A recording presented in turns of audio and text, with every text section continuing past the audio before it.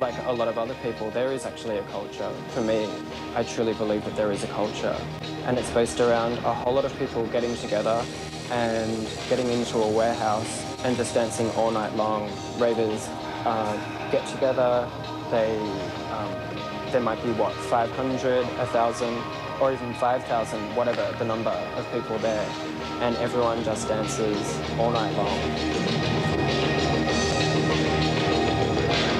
I'm going to be putting 16 high-end track spot systems in the middle there on the centerpiece rig with 8 HPEs on the outside, which are your big lights, and then I've got the small lights in the middle.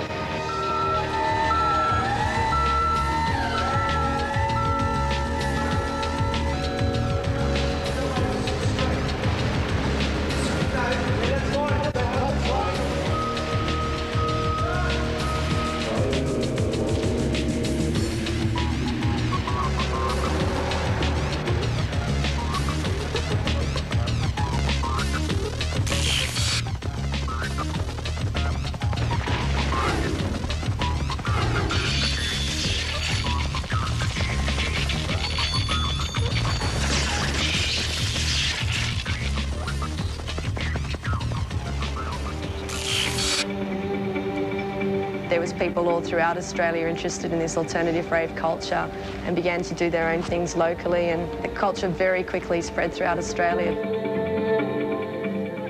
Hi. We're at the docks and we're going to Hardware, which is a rave. It's adrenaline. A 90s Woodstock, you know, everyone coming together. Nah, not quite.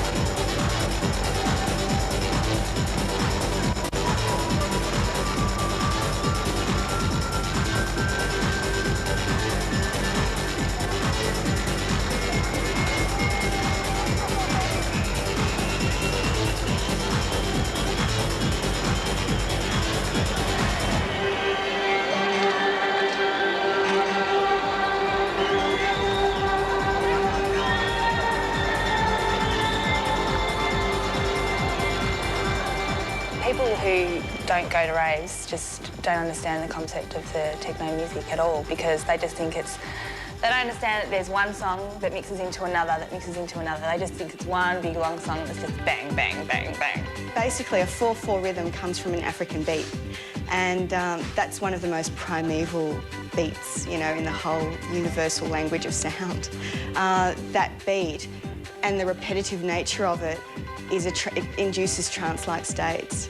And trance music, even though in techno music there are certain forms of music called trance, I believe all dance music is a form of trance music, or can become a form of trance music in its purest form. When you're dancing and then the music's rising and rising and you're dancing to it, it is just this big emotional, physical and everything release, and it's just great because the music's good, you're feeling good and you're just releasing all this energy from dancing. And the music takes you on a journey.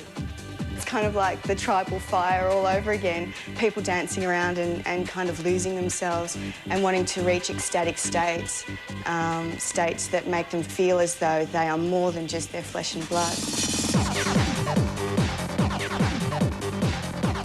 Techno music, basically you have to find your own element in the music. You have to hear what the music's trying to say to you, whether it's like subtle or whether it's obvious, whether it's an obvious aggression or whether it's an obvious uplifting sort of sound or whatever, but you find your own element in music and you interpret it for what you believe. In finding, for the punter to find his element in the music, he usually has to find the DJ which shares his taste. And that's where you find DJs having their following of regulars. They'll say, oh, Jay Snipe, I love his music, and they'll follow him around the clubs. There's other people that follow Simon around, there's people that follow Richie around, and there's quite a few other DJs out there which have got their own following. Yeah, I suppose the DJs are teaching people something new about music all the time, and that's what happens in dance music. That's why I find it so interesting, is that it's constantly changing. You're constantly getting new ideas, completely new. I mean, you think you've heard everything, and then something will come along and blast your mind away.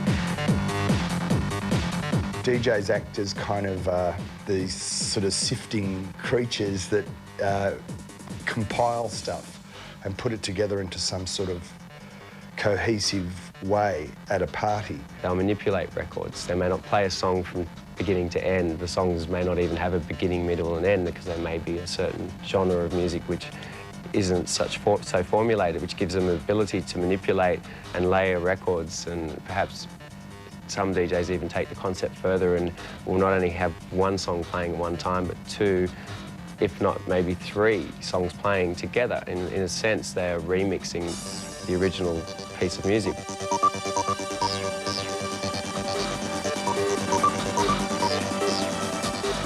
When you're up above a massive crowd, it's really a powerful feeling, you know, and it's very easy to sort of allow it to kind of become something where you are a star. But I think we've always had this attitude that techno and rave was kind of about killing off stars. And stars are a thing kind of from rock. Because I don't even look up if I can help it. I don't want to see the crowd, really.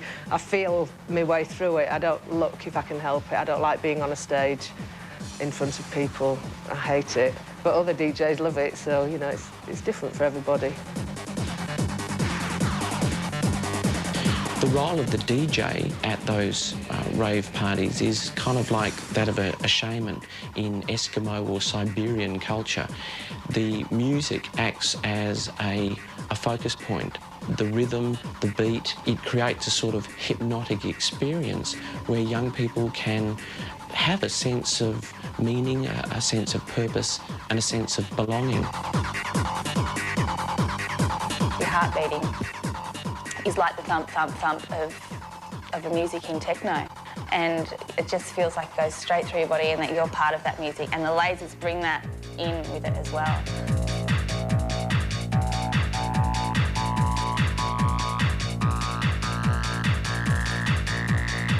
Well, I interpret what I hear into what I see with my lights. I mix it real time with the music. If the music's happy, my lights are happy. If the music's, you know, aggressive or dark, and so are the lights.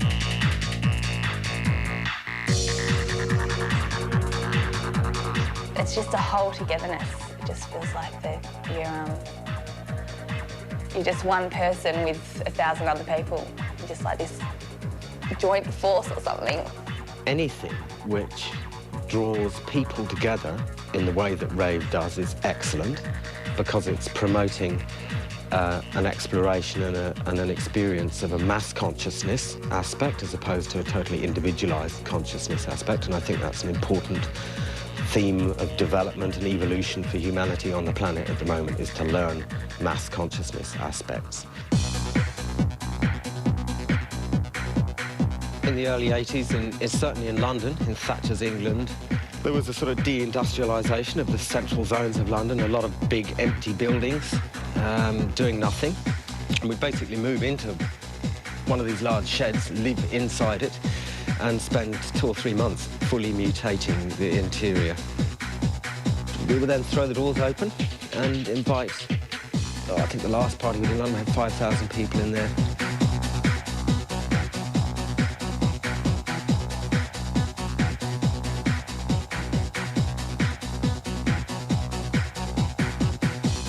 You didn't get a big glossy flyer A4 size, you got a grubby little photocopy, you know, half the size of a cigarette packet. And if you had one of those, you were in, you know. And because we were moving around the whole time, we were always getting evicted from one place and having to find somewhere else. Half the battle was finding the new place, and the kids loved that. Where the hell is this one?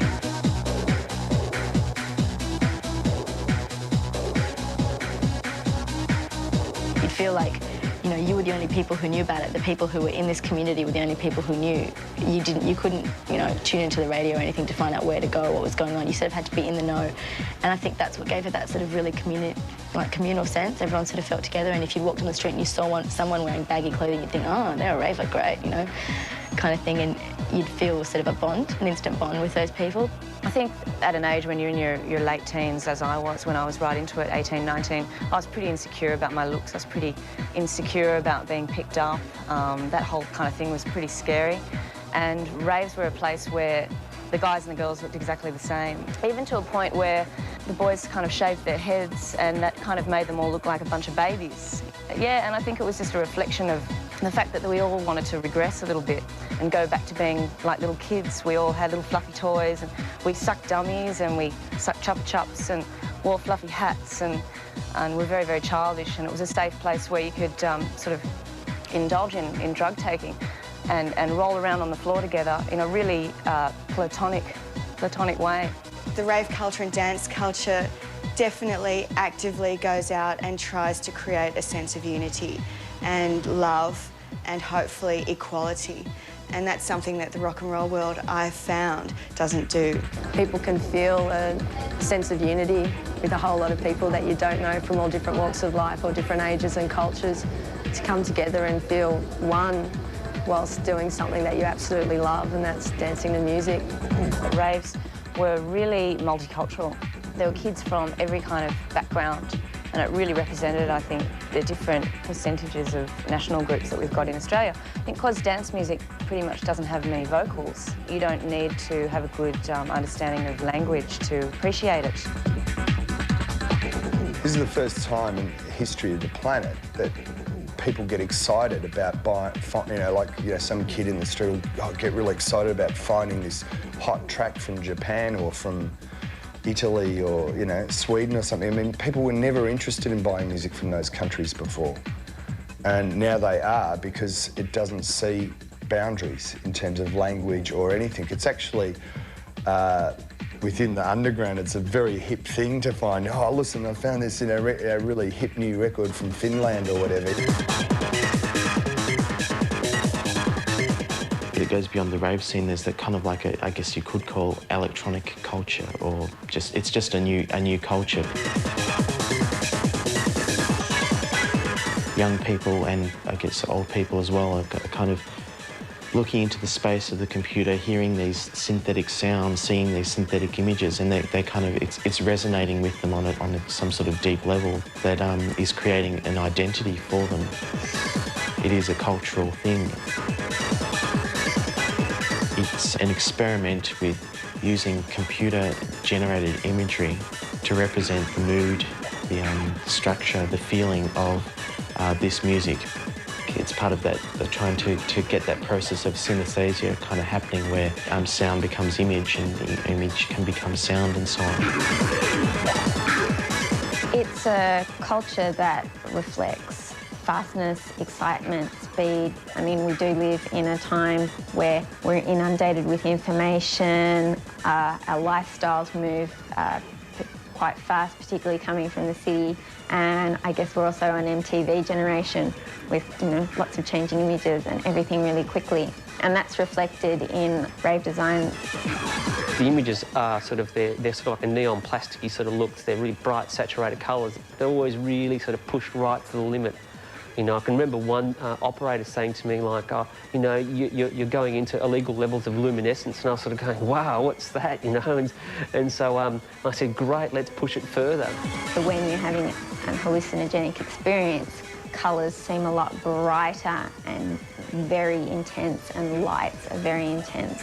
And I guess the Dago colours are for when you're not on drugs, and it just references that brightness and intensity of colour.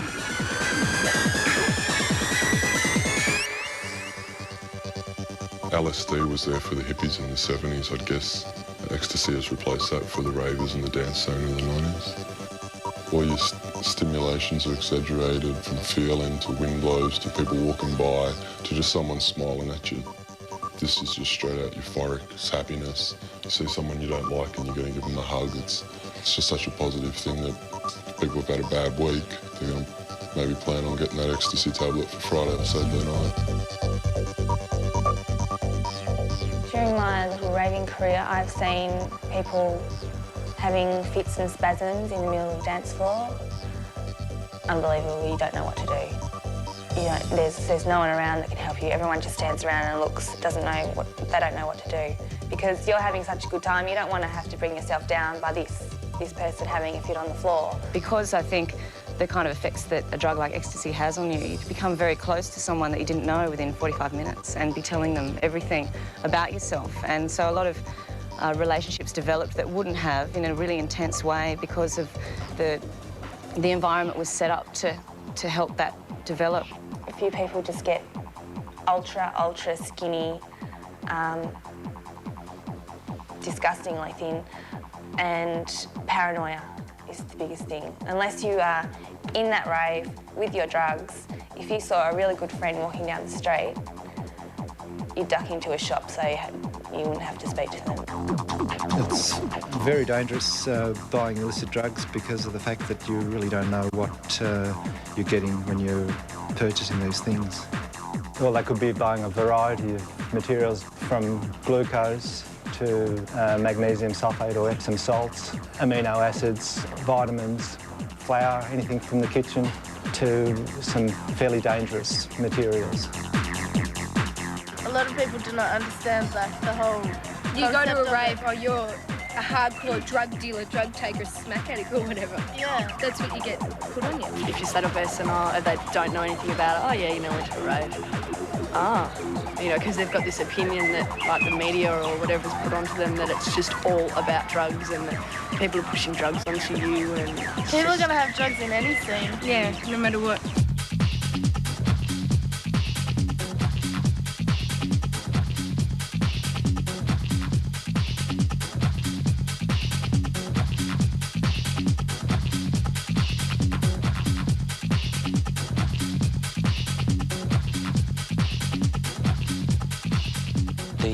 Media has demonised the rave scene and rave parties in particular. They've tended to focus on the drugs. They've tended to focus on the fact that these are sort of shameless, orgiastic exercises.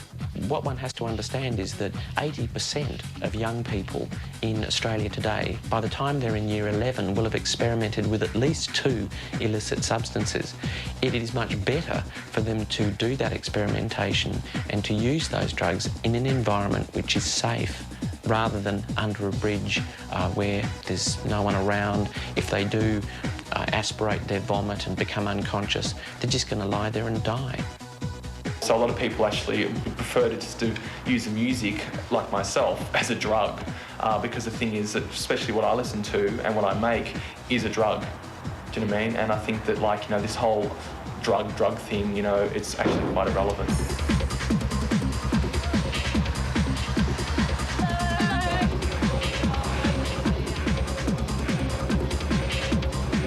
I don't know, it's just the music creates all like an atmosphere, and yeah, and everyone just, whoever likes this music, you know, they come here to have a good time, to have a dance.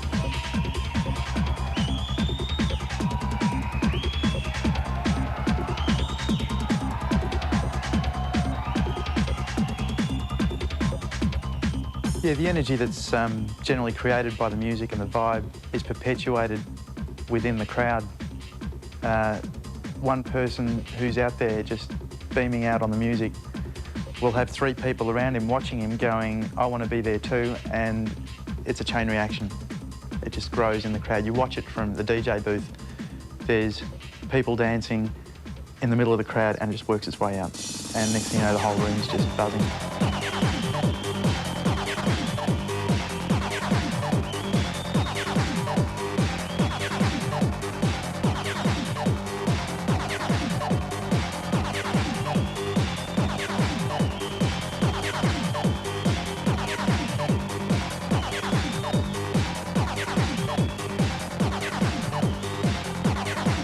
It's almost in a way like nothing's changed.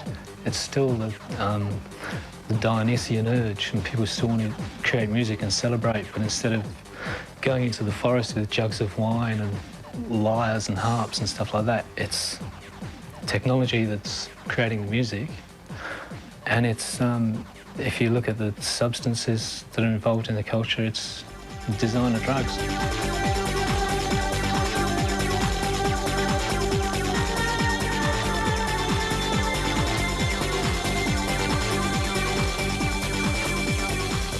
Part of it is putting aside itself a bit in a kind of communal experience. Everyone's influenced by extreme dB levels and sensory overload, light shows and sculptural kind of pieces, and the first kind of goal is to experience that technological vibe and human-machine interface, I suppose.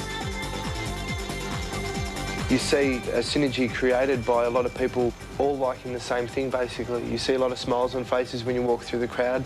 You see a lot of people just letting loose, you know, in their own little worlds.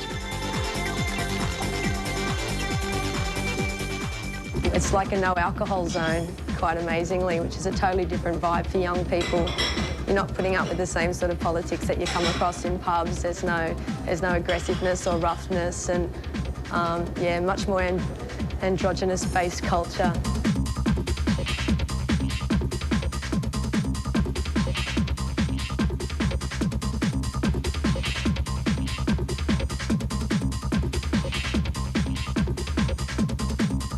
This is almost like achieving what some old lefty said many years ago about, if I can't dance to it, then it's not my revolution. It's that kind of feeling, and even if that's illusory, anything that gives people a genuine sense of that must be a good thing in this atomised, individualised society where everyone feels so bloody alone so much of the time.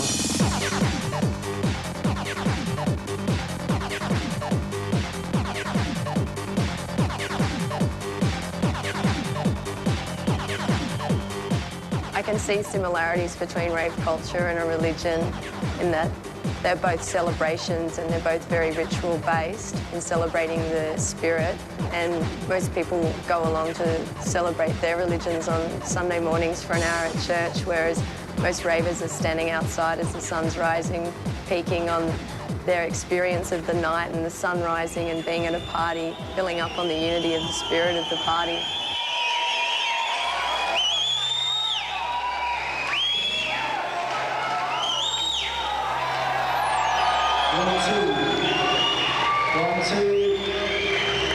That's everybody. Thanks very much for coming. You guys are fucking wicked.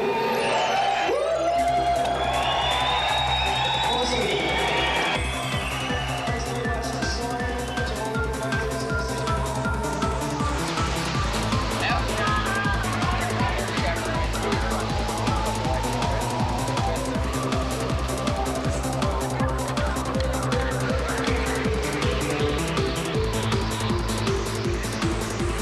the good night and you find out you have a good night and you go to bed and you can't go to sleep.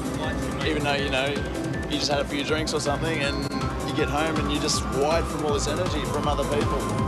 Yeah.